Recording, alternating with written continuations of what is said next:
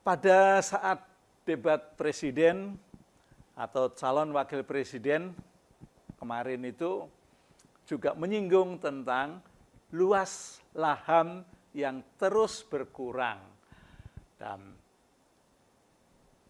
pembiayaan subsidi pupuk terus meningkat. Tapi itu tidak perlu kita perbincangkan.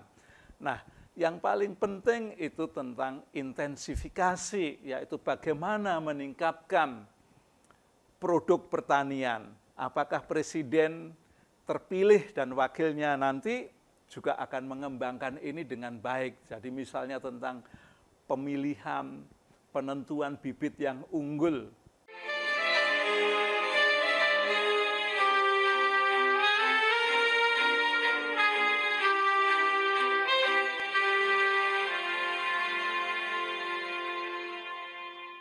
Debat presiden yang keempat atau debat calon wakil presiden yang kedua, kemarin itu masih bicara soal serang menyerang. Baru saja dimulai untuk menyampaikan tentang visi, misi, dan program kerja, sudah ada serangan. Yang diserang tentang food estate. Nah, food estate ini sebenarnya seperti apa sih? Apakah itu program yang baik, apakah itu program yang jelek? Kalau sebuah program baru dimulai, ada kegagalan, sebetulnya hal yang wajar. Memang food estate ini sebetulnya mempunyai hal yang luar biasa. Jadi secara umum sebenarnya saya ingin memaparkan tentang pertanian di Indonesia yang sekaligus bisa bincang-bincang tentang food estate. Food estate itu pada tahun 2024 programnya sampai 10.000 hektar. Luar biasa. Itu terbagi-bagi ke beberapa daerah. Ada di Sumatera Utara, ada di Kalimantan Tengah, ada di Pulau Jawa, yaitu di Wonosobo, Temanggung, dan ada yang di NTT atau NTB. Nah, ini semua sebetulnya hal yang baik. Hanya mungkin belum ada lokalisasi dalam arti penanamannya. Misalnya Wonosobo tentang apa, di Kalimantan tentang apa, ya. Dan itu semua sebetulnya menurut saya program yang lama karena pertanian di Indonesia mengembangkan dua, yaitu ekstensifikasi dan intensifikasi. Apa sih ekstensifikasi itu? Nah, sebetulnya kan itu tentang perluasan lahan, ya, perluasan lahan yang dipakai dari mana saja, yaitu tanah-tanah yang termarginalkan, tanah-tanah yang terpinggirkan, tidak ada yang memelihara, lalu bisa membuka hutan, ya, hutan-hutan yang tidak produktif, gitu. Lalu bisa lahan gambut yang dulu pernah dikemukakan entah zaman presiden siapa di Kalimantan itu untuk tanam padi, itu pun juga nggak jelas hasilnya, apakah sukses atau tidak, tetapi tidak pernah diekspos. Nah, pada saat debat presiden atau calon wakil presiden kemarin itu juga menyinggung tentang luas lahan yang terus berkurang dan pembiayaan subsidi pupuk terus meningkat. Tapi itu tidak perlu kita perbincangkan. Nah, yang paling penting itu tentang intensifikasi, yaitu bagaimana meningkatkan produk pertanian. Apakah presiden terpilih dan wakilnya nanti juga akan mengembangkan ini dengan baik. Jadi misalnya tentang pemilihan, penentuan bibit yang unggul. Ya. Kelihatannya soal padi ini juga tidak begitu luar biasa tentang penyediaan. Sejak dulu masih IR64. Ya. Belum ada penggantinya, sekalipun ada yang namanya yang baunya sintanur, yang baunya harum, tapi kalau dimakan rasanya masih belum cocok bagi banyak masyarakat Indonesia. Akhirnya itu dipakai untuk campuran supaya berasnya kalau dinanak nasi harum. Ya. Jadi tentang air, pengairan, ini juga sebetulnya sampai saat ini masih banyak sawah-sawah yang kurang bisa teraliri air dengan baik, kecuali musim hujan. Ya, pada bulan April sampai Agustus, masa masa tanam kedua, panen kedua itu sudah sangat susah untuk pengairan air. Nah, soal penambahan subsidi pupuk ini juga sangat susah sekali. Ya, tidak semua petani ternyata masuk dalam kelompok tani. Ya. Karena kelompok tani pada saat ini kalau mau mendapat kartu tani harus lewat toko-toko pertanian. Jadi ini juga akan memperkaya orang yang berjualan, bukan memperkaya petaninya, karena itu masih sangat susah. Kelompok petani-petani tertentu kadang-kadang tidak mempunyai kartu tani karena tidak dimasukkan dalam RDKK, rencana definitif dalam kerja. Nah, ini yang sangat menyusahkan. Nanti ketika cari di mana kartu tanimu nggak punya, ya itu nggak bisa. Akhirnya harus membeli pupuk yang tidak bersubsidi. Nah, inilah yang menghambat. Jadi sebaiknya setiap petani nggak perlu ada kartu tani sebagai syarat untuk membeli pupuk, dan kartu tani itu ternyata ya harus diisi kartunya di bank, ya, dan banyak petani yang nggak tahu tentang bank yang mengelola, umumnya dari Bank Mandiri. Bank Mandiri tidak seperti Bank BRI yang ada di setiap kampung gitu. Adanya hanya di kota Bank Mandiri itu. Nah, inilah penyebab-penyebab mengalami kesulitan. Lalu yang paling penting lagi, lahan pertanian dari tahun ke tahun memang terus-menerus turun. Turunnya ada yang mencapai 2,5%. Nah, dari jumlah yang begitu, sebetulnya sangat banyak sekali lahan-lahan sawah yang berkurang. Ya.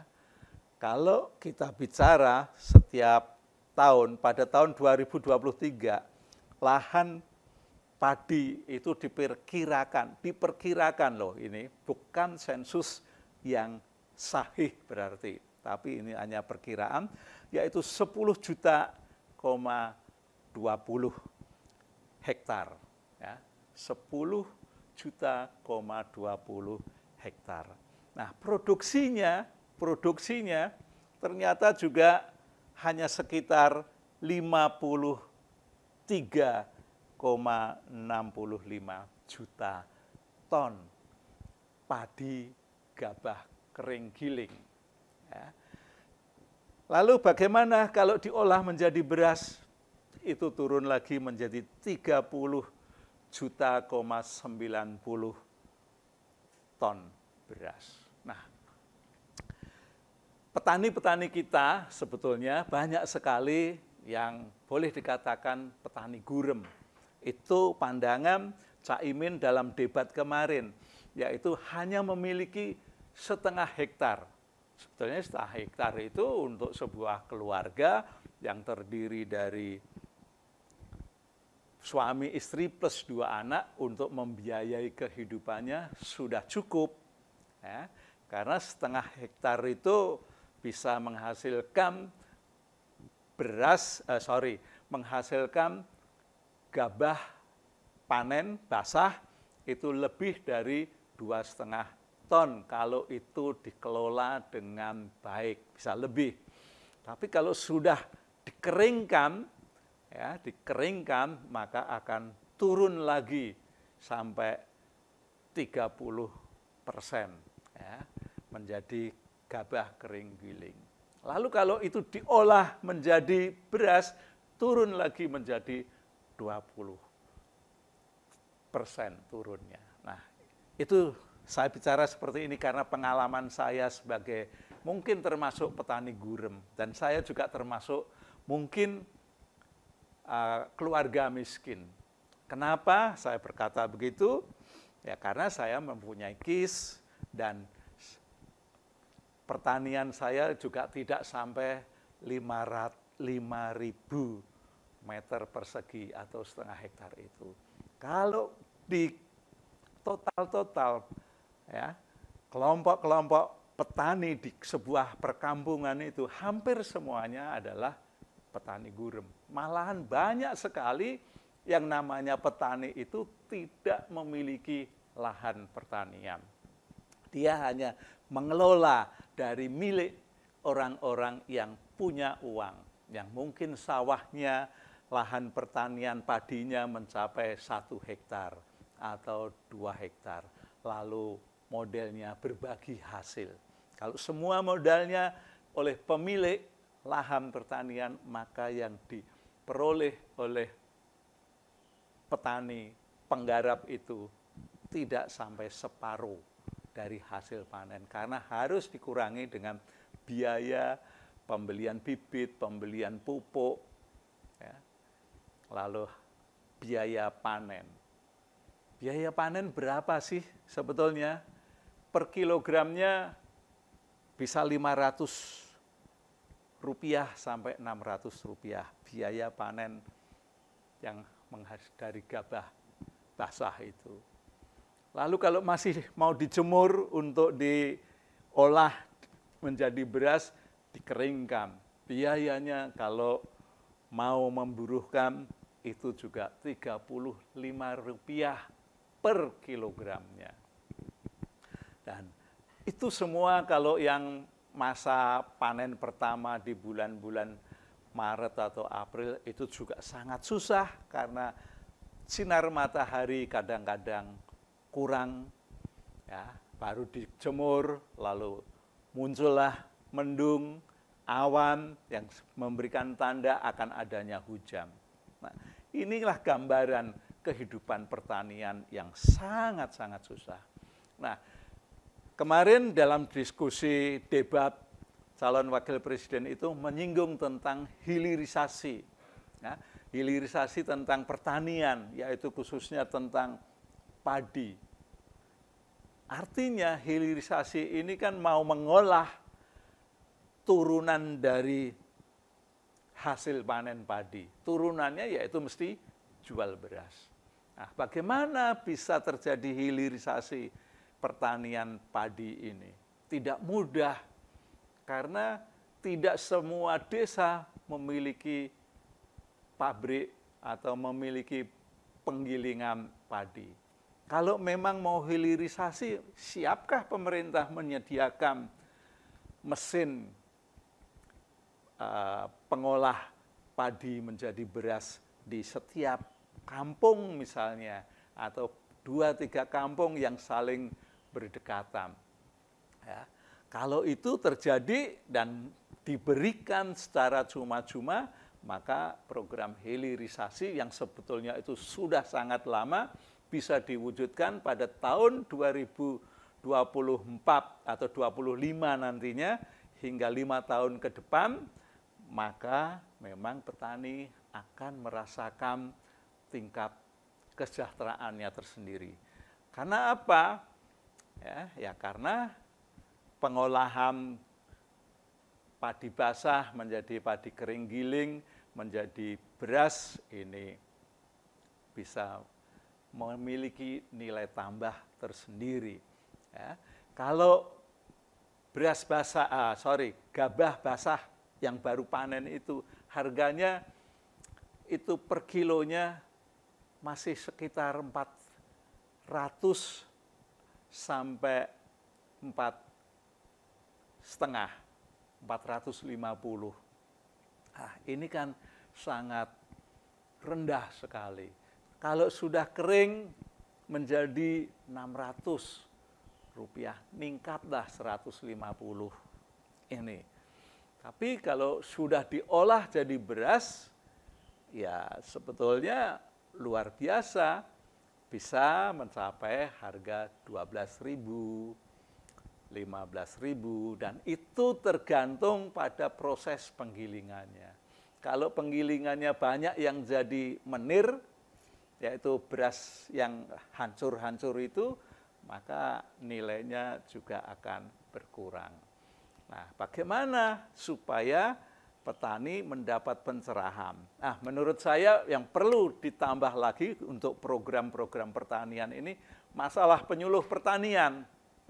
Penyuluh pertanian ini, saya selama selaku petani sudah lebih dari 5 tahun, itu belum pernah ketemu loh sama penyuluh pertanian.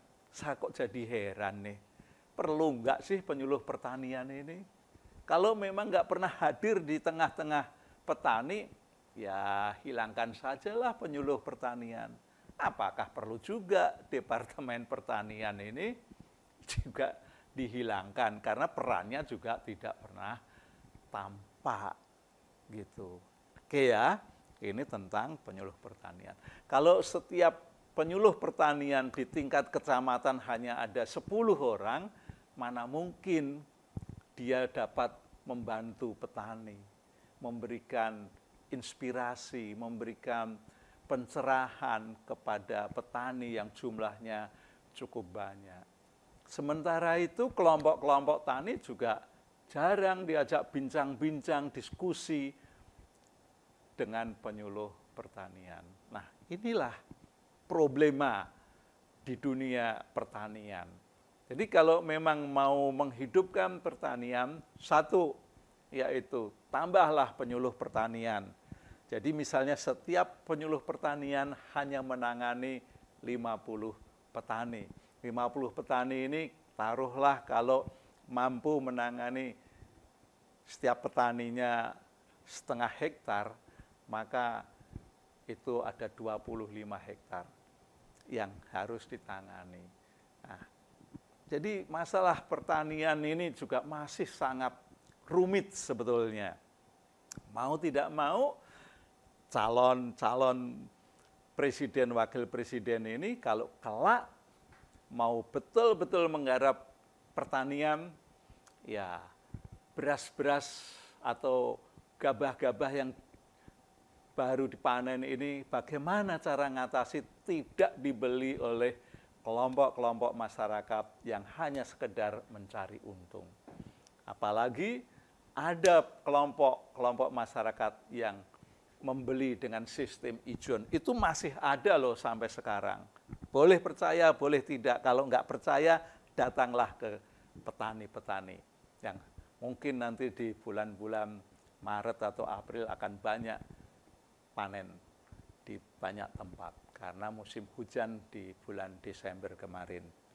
Oke ya, sampai di sini. Jadi masalah pertanian ini tidak mudah penyelesaiannya kecuali ada komitmen yang tinggi dari presiden dan wakil presiden, lalu dari Departemen Pertanian untuk melakukan pencerahan, penginspirasian melalui penyuluh-penyuluh pertanian yang ada di tingkat kecamatan itu. Oke, sampai ketemu.